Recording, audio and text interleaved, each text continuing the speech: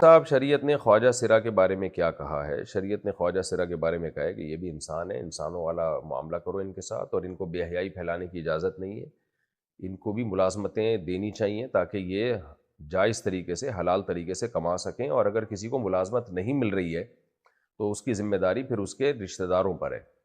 یہ جو جن کے ہاں خواجہ سرا پیدا ہوتا ہے، لاکھوں میں کوئی ایک ہوتے ہیں جن کا ہوتا ہے، تو وہ اٹھا کے فوراً جو اپنے بچے کو گھر سے باہر نکال دیتے ہیں، یہ غلط ہے، ناجائز ہے۔ تو اس کو اپنی اولاد ہی کی طرح ٹریٹ کرنا ہے، اور اگر وہ بے روزگار ہے تو اس کو کی کفالت اس کے باپ کے ذمے ہے، باپ نہ ہو تو بھائیوں کے ذمے ہے۔ تو یہ سب کفالت یعنی رشتہ داروں کے ذمے ہے، رشتہ داروں کے لیے جائز نہیں ہے۔ تو اگر کوئی یعنی حکومت کا کام کیا ہے وہ دیکھے خواجہ سرا کا کون باپ ہے، کون اس کا بھائی ہے، تو ان پر ڈالے کہ بھئی کہ آپ کو یہ پیسے دینے ہیں، یہ اس کا خرچہ پانی آپ نے اٹھانا ہے۔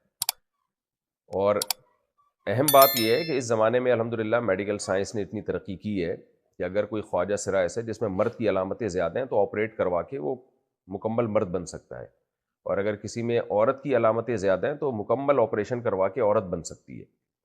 تو اس کو آپریشن کروا لینا چاہیے، لوگوں کو اس کے ساتھ تعاون کرنا چاہیے کہ بھئی اگر مرد والی علامتیں زیادہ ہیں تو آپ پورے مرد بن جائیں، عورت والی علامتیں زیادہ ہیں تو آپ پوری عورت بن جائیں۔ تو یہ آزمائش اس زمانے میں الحمدللہ میڈیکل سائنس نے ایک بڑی آزمائش سے بچا لیا لوگوں کو۔ تو اور یہ ہوتے بہت کم ہیں، یہ فراڈی ہیں زیادہ تر جو ہم نظر آتے ہیں نا بازاروں میں چلتے ہوئے، ورنہ نیچرل جو ہیں یہ بہت کم ہوتے ہیں۔